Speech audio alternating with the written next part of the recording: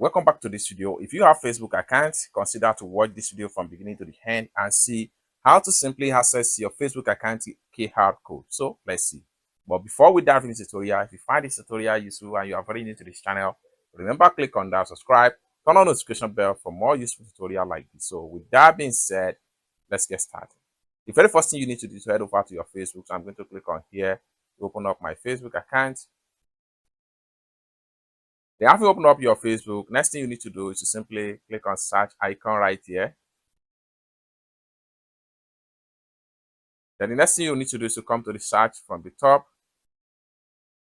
And then what you need to do is to type in QR code. Then click on search. That's going to take you right here. Next thing you need to do is to simply click on QR code right here. Then the next thing you need to do is to click on my QR code. Here we go. So here you have your Facebook account QR code, and you can simply click on here to share the QR code or screenshot it and send it to anybody that can use it to add you up into their Facebook account. It's as simple as that. So basically, this is how to simply access your Facebook QR code.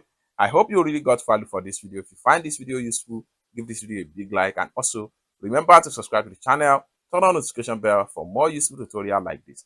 Thank you so much for watching, and I hope to see you in my next video. Bye for now.